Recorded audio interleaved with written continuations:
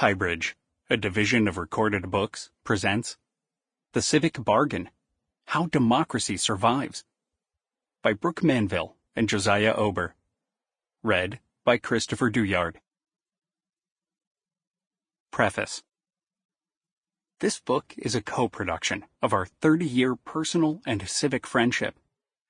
Over that time, we have periodically converted our various discussions about democracy, both ancient and modern, into collaborative publications, including a previous book about rethinking the modern corporation as a company of citizens. The notion of undertaking this second book together emerged after a 2018 National Geographic Society panel discussion about democracy's future.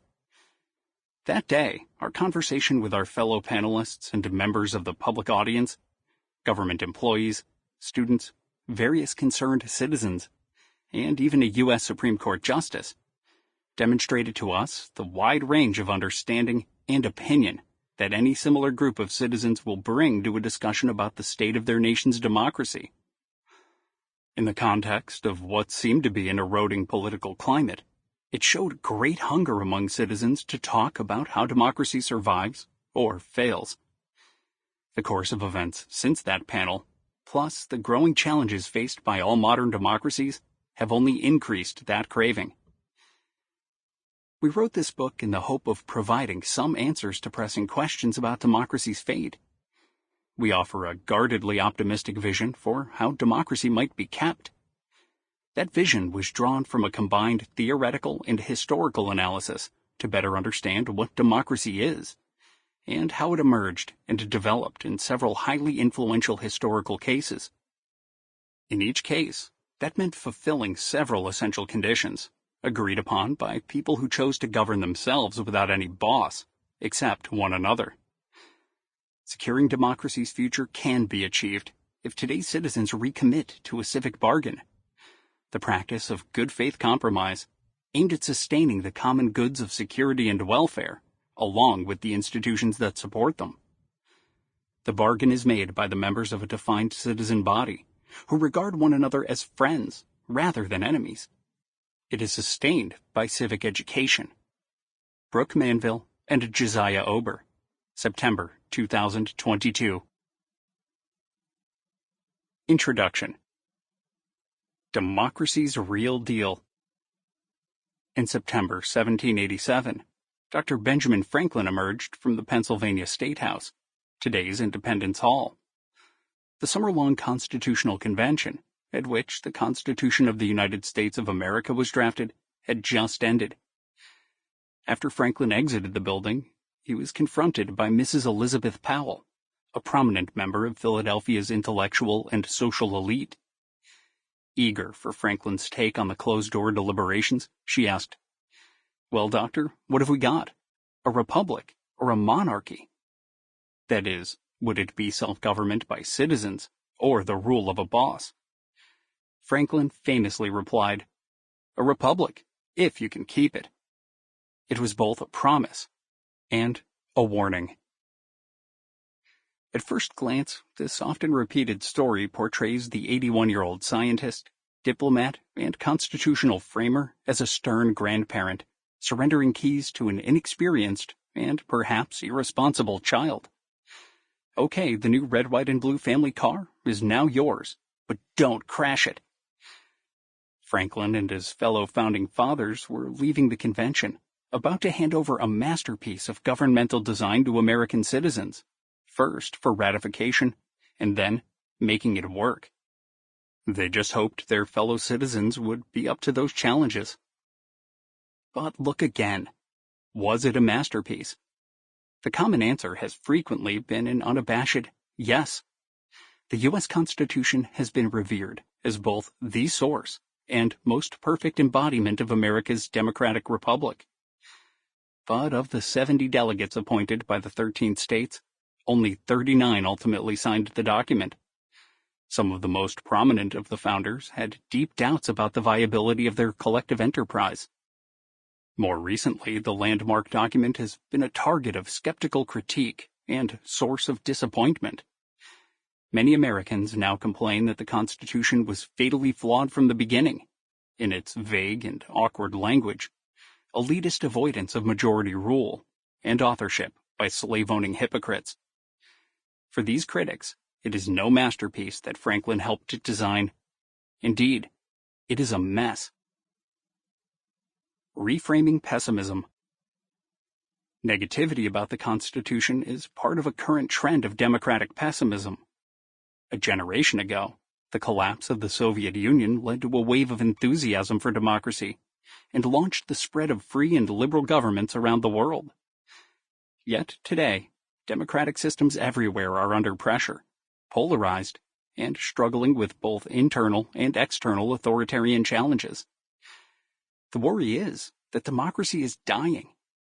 Commentary across national and global media suggests that its demise may be inevitable. History offers a corrective. Yes, some democracies are faltering today, and many others collapsed in the past. But for exceptionally well-documented and highly influential democratic experiments, classical Athens, Republican Rome, British parliamentarianism, and U.S. constitutionalism endured, or continue to endure, for multiple centuries. What can be learned from these cases about how democracies can, at least sometimes, survive? Could historical insights be applied to help save today's struggling democracies? Those questions launched this book. We began by turning current pessimism on its head. Instead of inquiring into the causes of democracy's death, we looked to history's long survivors for clues to democracy's emergence, evolution, and strategies for persistence. Ancient Athenian democracy lasted close to 200 years, Republican Rome twice that, and British parliamentary governance developed slowly, but it started early, and ever since the 17th century has evolved toward a democratic system. The United States' constitutional government has held on through sharp partisan dissension and a bloody civil war for over 2 centuries. We asked ourselves how these systems of citizen self-government survived, or still survive, for so long. Is there some general pattern, some adaptive strategy that enabled and sustained, even if unevenly, democracy across multiple generations? Can insight from comparative political history be harnessed to help renew modern democracy? Democracy's essence, rise, and survival. To tackle those issues, we posed 2 more basic questions. First, what is democracy? What essentially has it meant to those who created and sustained democratic societies? Second, how does it come into being? Taking history as a guide to political theorizing, we concluded that democracy, in its most basic sense, means no boss. Democracy pertains when extensive, socially diverse bodies of citizens govern themselves, accepting no ruler except for one another. That is no mean feat, especially once societies grow beyond the tiny face-to-face communities that were the norm before the development of agriculture.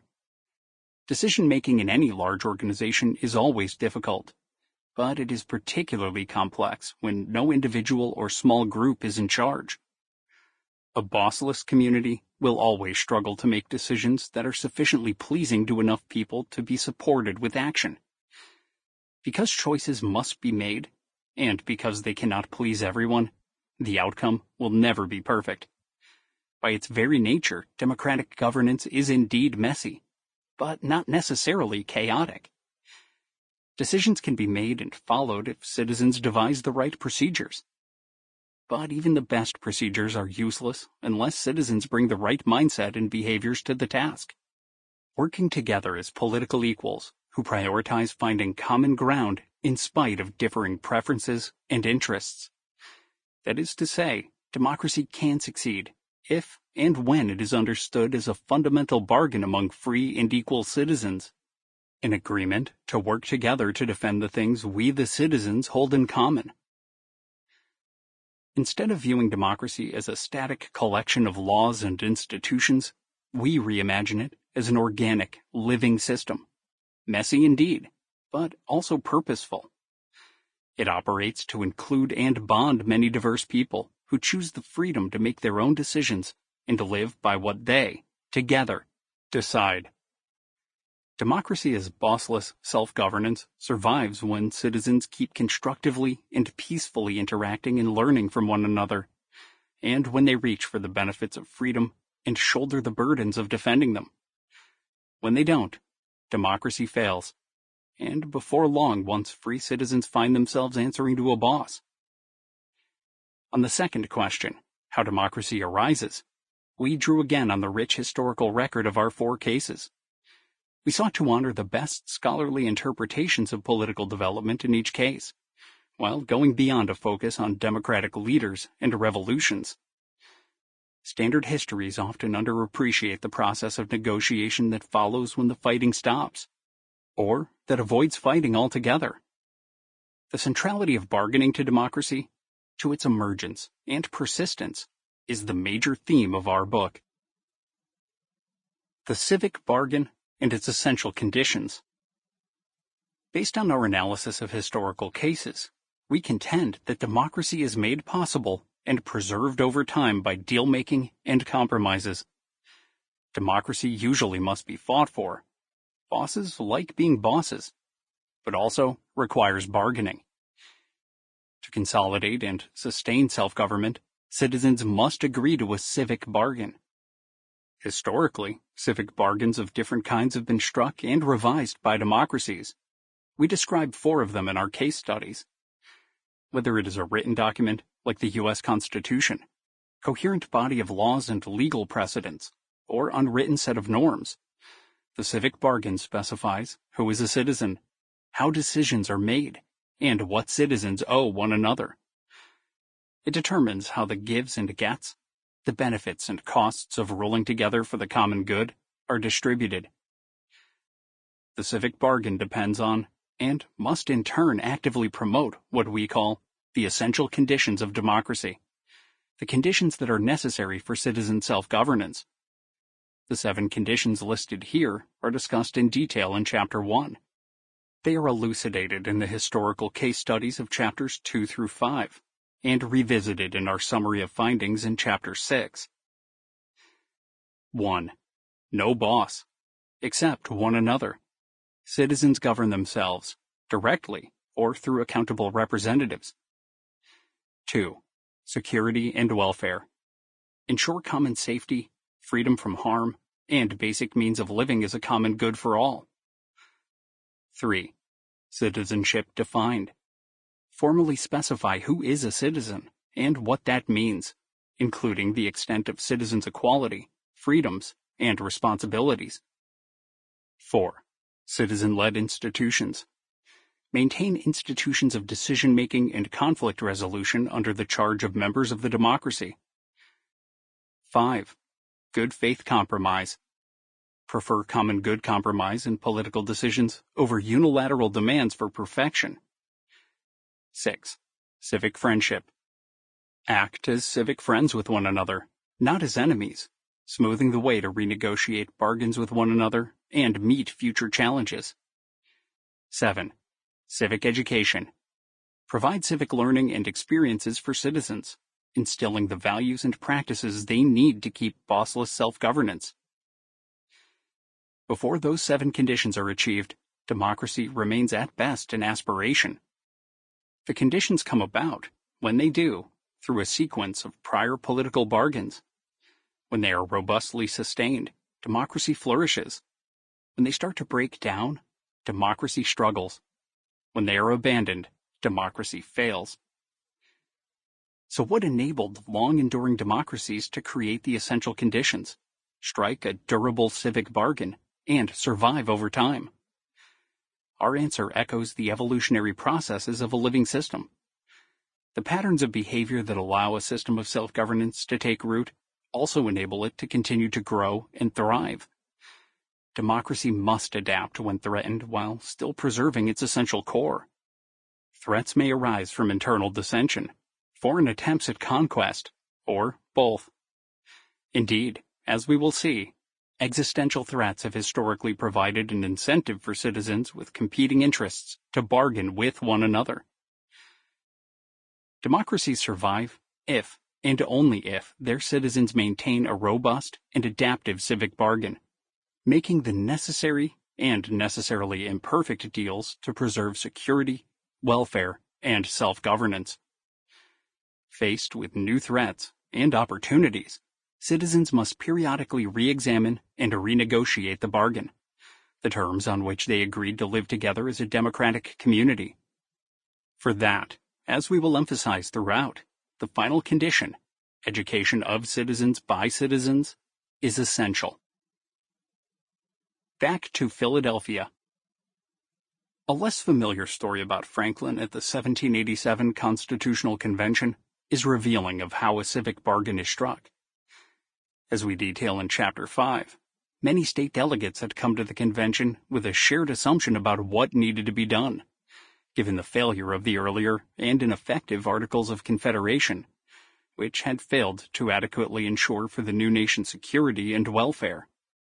A no-boss system of government must be capable of competing with autocratic rivals by promoting effective cooperation across a diverse constituency. Other delegates came to share that core assumption as the proceedings unfolded. But deep disagreements remained about how to do it. Happily, many of the men had previously served in the local colonial and state assemblies, and several had also fought in the Revolution. Many were deeply read in history and political philosophy. They brought their beliefs and priorities from those experiences to the bargaining table, and actively attended to and learned from one another's arguments. Most delegates had a sense of the goals and mechanics of self-governance that either needed to be affirmed or further developed. Having just fought for the liberation from the British king, they would tolerate no overarching boss. As a new free nation, they had to ensure their ability to defend themselves from external threats. In the aftermath of the recent farm debt rebellion of Daniel Shays and his Massachusetts armed mob, it was vital to secure the internal peace against domestic dissension. The chaos enabled by the earlier Articles of Confederation, multiple currencies, local taxes, and inconsistent trade regulations, was impeding collective welfare by hampering economic development. There must be a shared understanding of who would be a citizen in the new nation, and what would be their rights and responsibilities. There had to be a framework for how public decisions would be made and conflicts resolved in order to coordinate local, state, and central administration without a king. And there needed to be mechanisms of enforcing collective decisions. But with the backdrop of the proverbial smiling devil, there was little shared agreement about how to accomplish such things. And there remained the burning issue of slavery, thought by many Southern delegates to be essential to their state economies, and despised by others as contrary to the natural rights of all people, as proclaimed in the Declaration of Independence of 1776. The delegates tackled all of those questions as best they could through 3 long months of heated argument, punctuated by negotiation, compromise, and renegotiation. On the afternoon of September 17th, a final draft of a new constitution lay before them. Most delegates saw it as an improvement over the old Articles of Confederation, but the level of support to approve it and seek ratification and implementation was unclear. Franklin came to the front of the room to signal his assent to the draft, hoping to encourage others to also vote yea. To add to his plea, he offered his personal reflections about what it had taken, from all of them working together, to reach this moment. In his aged frailty, he was seated beside his fellow Pennsylvania delegate, John Wilson, who read the speech aloud on Franklin's behalf. The perfect is the enemy of the common good. The speech conveyed a tone humbler than Franklin would display the next day, when he blurted out his answer about keeping the Republic. This day, still behind closed doors, he signaled more painful practicality, an 81-year-old man chastened by the experience of a long and eventful career. The speech began by asserting his agreement to this Constitution with all its faults, if they are such, but conceding as well that there are several parts which I do not at present approve. He then commented on the ego and irrationality of human nature, which he acknowledged no less for himself than others now listening. Most men think themselves in possession of all truth, and that wherever others differ from them, it is for error.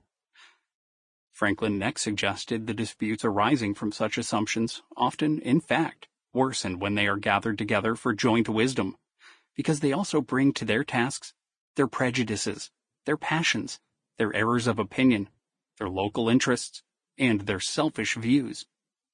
With all of that, Franklin expressed astonishment at how close to perfection the delegates had come with this draft of the Constitution. Close, but not 100%, because perfection, he further implied, was not attainable in human endeavor. With still some lingering doubt, the speech nonetheless concluded with Franklin's approval, as he acknowledged that important practical matters now hung in the balance. I consent, because I am not sure that this Constitution is not the best. The opinions I have had of its errors, I sacrifice to the public good. As the delegates mulled Franklin's words, they knew all too well the specific controversies his carefully chosen philosophical language alluded to without naming. They had hammered out an agreement through disputes about the branches of government, central versus local financial authority, voting rights, and the fraud issue of slavery. Franklin was congratulating them for finding the compromise that was the best available, while acknowledging its imperfections. The delegates had agreed on a system that ensured no overall boss. The specific authority of the new president was critically constrained to minimize that risk, and the balance of powers would similarly limit any domineering attempts by the court or legislatures. They had provided for the citizens' collective security and basic welfare by strengthening the financial and military authority of a national federal government over the local states. Not too much, but enough, a majority believed, to remedy the weakness of the Articles of Confederation. They had defined who would be a citizen and what that meant, with rules and requirements about voting, immigration, and certain responsibilities and freedoms, albeit with, among other limits, a painful compromise about slaves. And they had designed institutions of governance led wholly by citizens, with a careful detail about the requirements and selection of office holders and representatives for the presidency, legislature, and courts. They were able to negotiate in good faith because they treated each other as civic friends rather than enemies, and because they had been educated by formal learning, experience, and one another in the essentials of civic life. Of course, there were still loopholes and loose ends, but the draft was overall good enough to move forward to the still uncertain process of ratification. And Franklin reminded them of that. His speech emphasized what it took to strike a civic bargain among ambitious and opinionated human beings, to prefer a common good compromise in political decisions over unilateral demands for perfection.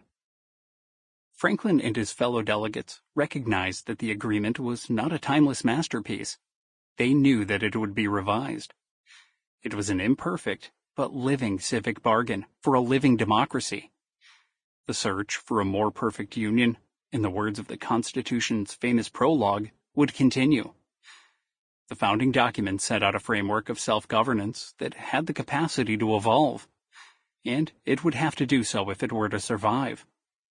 The challenges, tragedies, and successes of America in doing that are the subject of Chapter 5. In the aftermath of the convention, the 39 delegates who signed the new Constitution were indeed eager to sell it to the citizens of the new nation. The Constitution was only a proposal until it was ratified by the states. Ratification was achieved through a public process of education, through reasoned arguments presented by citizens to citizens in newspapers and pamphlets about the nature of the governance proposed, and the rationale for the choices that were made in its design. Other forms and forums of the education of citizens have since been essential in sustaining American democracy. Civic education, both formal and informal, was also basic to striking and keeping the civic bargains of our other three historical cases.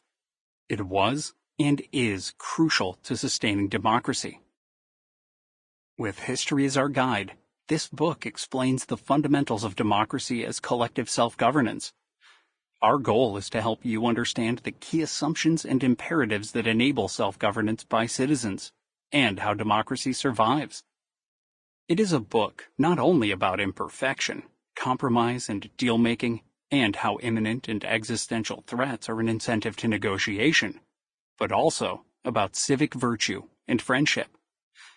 Bargaining must be pursued in a climate of goodwill if it is to meet inevitable steep challenges. We hope that having listened to this book, you will think differently about democracy's future, and about your own role as a citizen, or would-be citizen, in helping it to survive, or letting it die. 1. Fundamentals. Essential conditions for democracy. To understand how democracy survives, we must get back to fundamentals. We must have a clear idea of what we mean by democracy. And we must understand what it takes to have and keep a democratic republic. This book claims that a successful democracy is sustained by a grand civic bargain. The civic bargain is a negotiated agreement among citizens about the terms of their collective self-governance, enabled by practices of civic friendship and supported by civic education. It is achieved through a history of pre-democratic political bargains. It is sustained over time by ongoing incremental bargaining. It was by getting back to the fundamentals of the civic bargain and tracing the history of political bargaining that we developed our theory of what democracy is and how it survives. Sketching that theory is the work we undertake in this chapter. In the next 4 chapters, we apply our framework to 4 great cases of democratic development. A word on method. Our approach is circular in that our theory of democracy arose from our study of history, and it is tested by the light it sheds on specific historical cases. We hope that listeners will find the circularity to be virtuous rather than vicious, because the learning that comes from the process is iterative and progressively clarifying. We can and must learn from the past. What we learn must come from a detailed examination of the specifics of what happened over time in particular parts of the world. By comparing local histories, general patterns may emerge. Identifying a pattern then allows us to return to each local history with new insights. If those insights are validated, we will better understand the historical development of diverse times and places. We can make better sense of obscure or confusing aspects of history, and we can use history for building a realistic theory of democracy. Our theory in brief. In the introduction, we listed 7 essential conditions for the civic bargain, which, in turn, enables and sustains democracy. When these conditions are fulfilled, democracy is robust. When they are lacking, democracy is impossible. When they are degraded, democracy is in danger. 1. No boss, except to one another. 2. Security and welfare. 3. Citizenship defined. 4. Citizen-led institutions. 5. Good faith compromise. 6. Civic friendship. 7. Civic education. Most books concerned with the problems faced by democracy today focus on number 4, the formal legislative, executive, and judicial institutions of government. But we believe that formal institutions are only part of the story. Using the metaphor of architecture, democracy, in its most basic sense, provides a foundation for various kinds of institutional superstructure. The superstructure of every real-world democracy, ancient and modern, includes a complex array of constitutional arrangements specifying how rules are made, legislative action, put into practice, executive action, and interpreted and enforced, judicial action. The institutional superstructure is important. We will discuss formal rules in some detail in the following. But democracy requires more than formal institutions. Focusing exclusively on the details of institutional superstructure can be misleading and distracting. Very different governmental edifices have been erected on a democratic foundation, that is, on a civic bargain. As we will hear in chapters 2 through 5, even when we restrict ourselves to just 4 particularly well-known and influential democracies. Sample complete. Ready to continue?